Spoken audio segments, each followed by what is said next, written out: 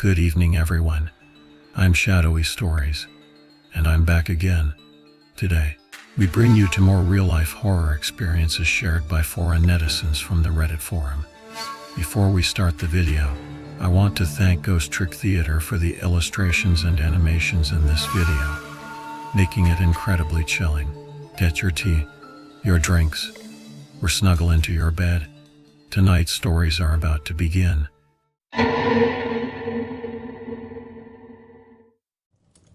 My son hasn't eaten anything for 6 months. At least that's what it feels like.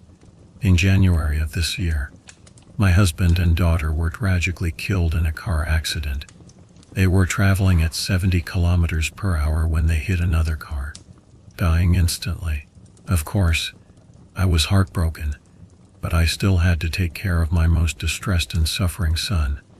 Adin was in the back seat at the time, barely escaping fatal injuries thanks to his seatbelt, but he witnessed the death of his 2 closest relatives, and a tree branch broke his right arm. He survived. Whether it's fortunate or unfortunate, I don't know. Anyway, now only he and I are left of our family of 4. After being discharged from the hospital, Adin's behavior became strange. First, he didn't talk much and would occasionally refuse to eat with me. However, after such a big shock, not being able to overcome his psychological trauma immediately is understandable. So of course, I tried my best to take care of him and comfort myself. However, over time, his symptoms didn't improve but worsened, especially his anorexia. Half a month after being discharged, he refused to eat anymore, no matter what I made or ordered. Nothing at all. Even when I bought his favorite junk food, coaxing him, "Be good. If you eat, I'll let you watch a mukbang video," he would simply explode with anger, lock himself in his room, and refuse to talk to me. Soon, he developed severe gastrointestinal problems. I dragged him to see gastroenterologists and psychologists, but it was useless. As soon as we got home, he would still stay in his room, saying nothing and not eating a thing. But when I asked him, he would say, "It's okay, Mom, I'm still hungry." A month passed, and then Adin went on like this for 4 months, 5 months, 6 months, not eating anything. But anyone with common sense knows that a person can't go 6 months without eating anything. He must have been eating something as sustenance. Was it something in his room, something in the living room, or something in the yard? I don't know. But what I do know is that, as a mother, I really couldn't tolerate this anymore. So one day, I personally made a steak and fries, wanting to use my cooking skills and mukbang videos to entice him to eat a proper meal. Coincidentally, that day, when I knocked on Adin's door and entered his room, turning on the light to say, "Hey, I made you something delicious," I saw him actually chewing.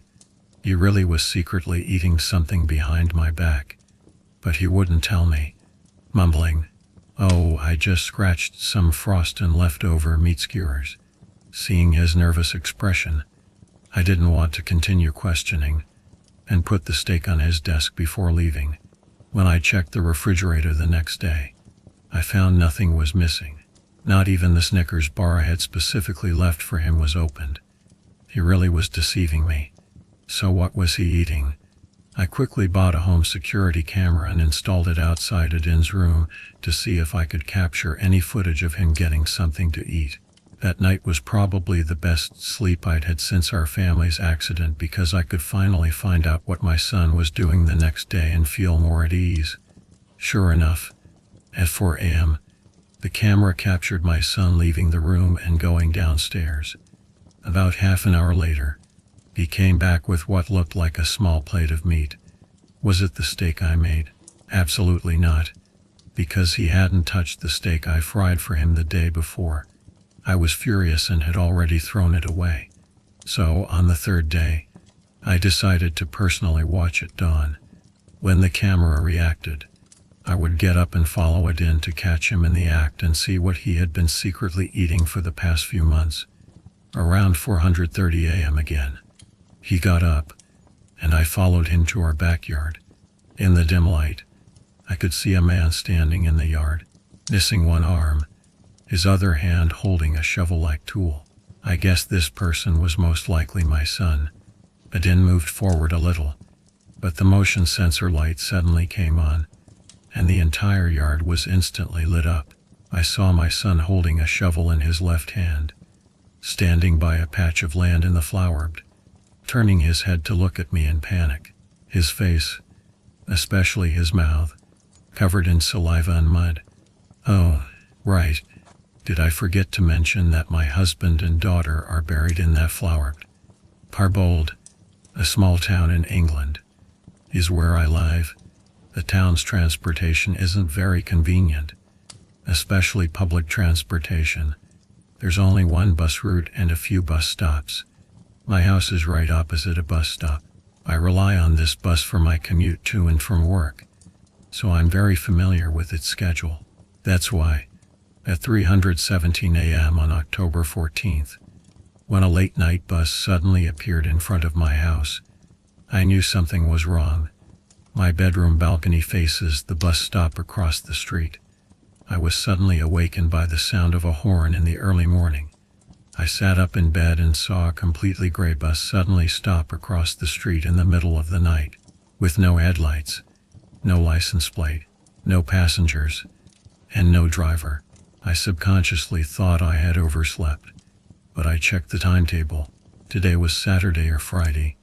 The last late-night bus was at 11:07 p.m., and the first morning bus was at 6:05 a.m.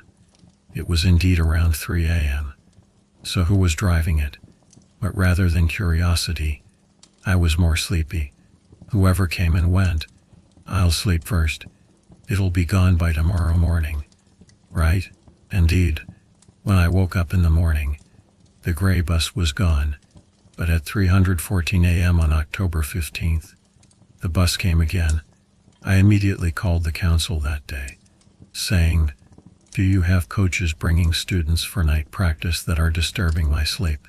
But they assured me that it was definitely not a public bus. If I encountered this bus again, I could report it immediately, and they would deal with it. Sure enough, at dawn on October 16th, the bus came again, for 3 consecutive days. It stopped in front of my house for about 30 seconds each day and then drove off, as if it was deliberately trying to wake me up. I called the village police, and the police said, "You're bothered by a bus? Don't make a fuss about nothing," and ignored me. I reported it to a civil department whose name I couldn't remember, and they passed it on to another department. Nobody took it seriously. Wow, it seems that passing the buck is universal. Fine, I'll solve it myself. On the evening of October 17th, I took pictures of the bus and uploaded them to various forums, but no one could explain it.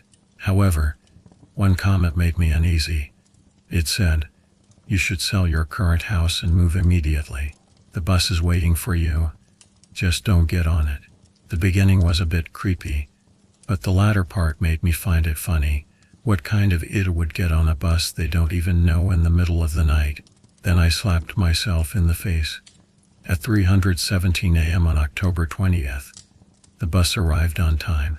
I originally planned to observe from my room again, but suddenly I heard someone calling from the bus. A girl. This scream startled me.